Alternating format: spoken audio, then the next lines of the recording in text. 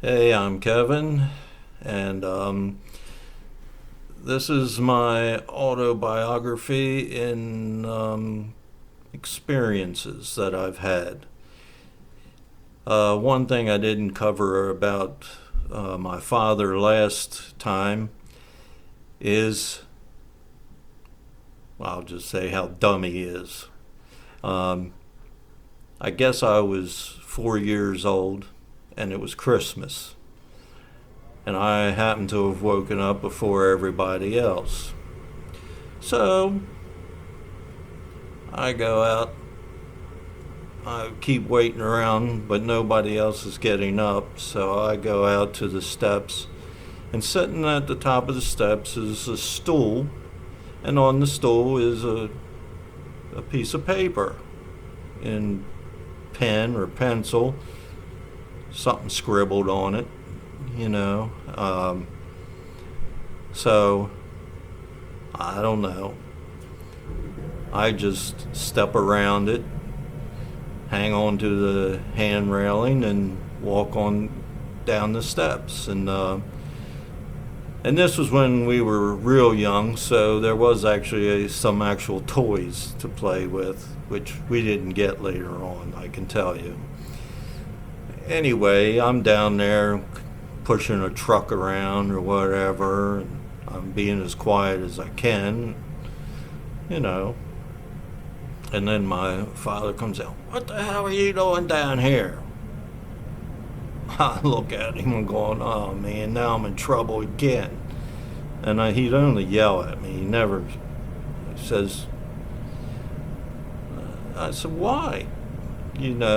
I'm just playing, and he says, didn't you read the note? Dad, I can't read.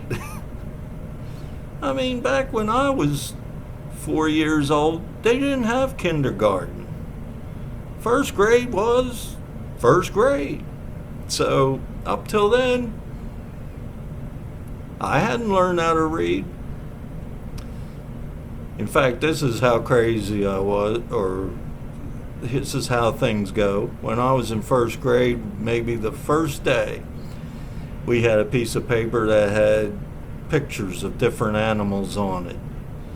And because I could look at that paper and say, that's a duck, and that's a cow, and that's a kitten, I thought I could read. In fact, I could remember when my mother came to pick me up that I come run to her, Mommy, I can read. And all the other mothers were laughing at me. So, of course, that didn't make me feel good either. I was instantly embarrassed. Of course, I didn't know why they were laughing.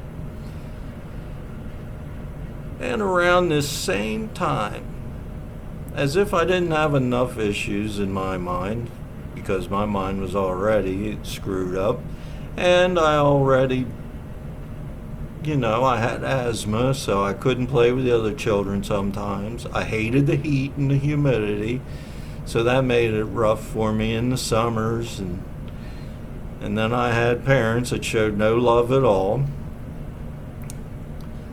They loved me, but they didn't show any. Never even realized they should.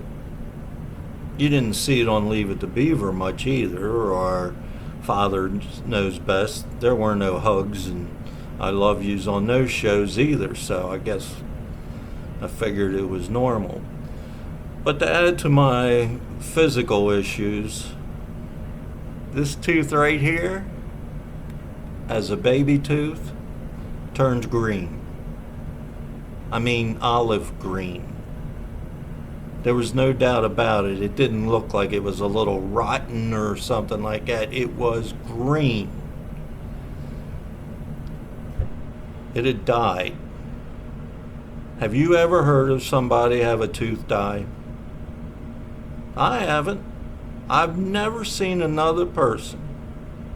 I've seen rotten teeth, but I've never seen a whole tooth turn green. And my uncle was a dentist, and a damn good one. And we, went to him about it, of course. And he said, well, when his his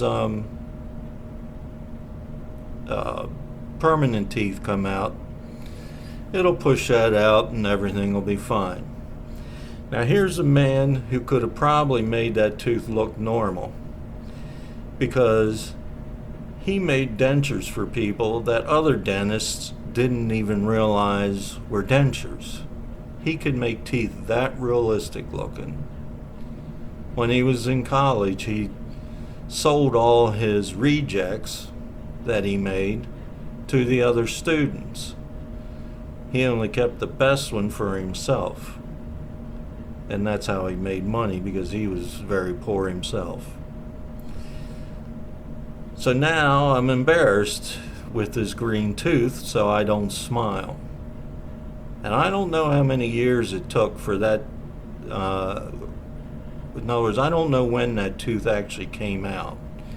I know it was like one of the last teeth to ever fall out of my mouth, and it didn't want to come out even then. Well, first, if you look at my school pictures, there's only one where a guy got me to smile, and then when he snapped the picture, you can see that tooth. But besides that, when I kept my mouth shut all the time. That's the most I'd smile.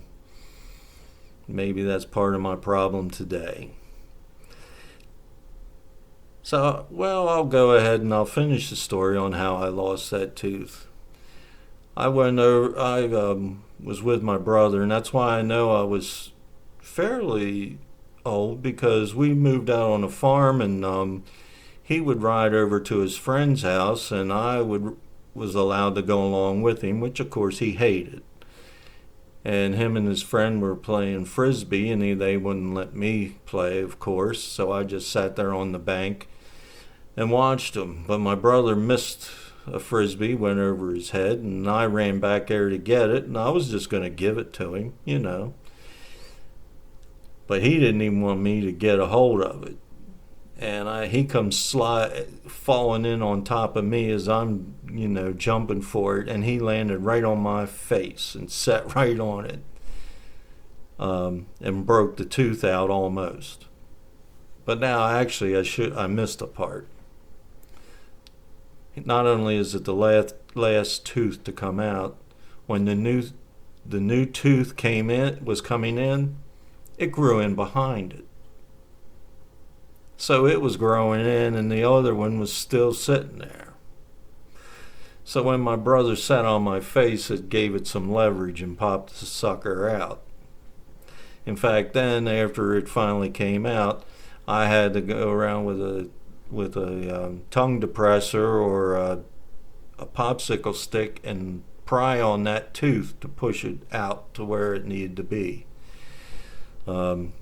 Didn't have to get any braces that way. My uncle knew how to save money, and knew that a lot of the stuff that was charged for even back then wasn't right. Didn't really need to be. So there's another section of my life that just, why me? Why me? Thanks for listening. See you next time.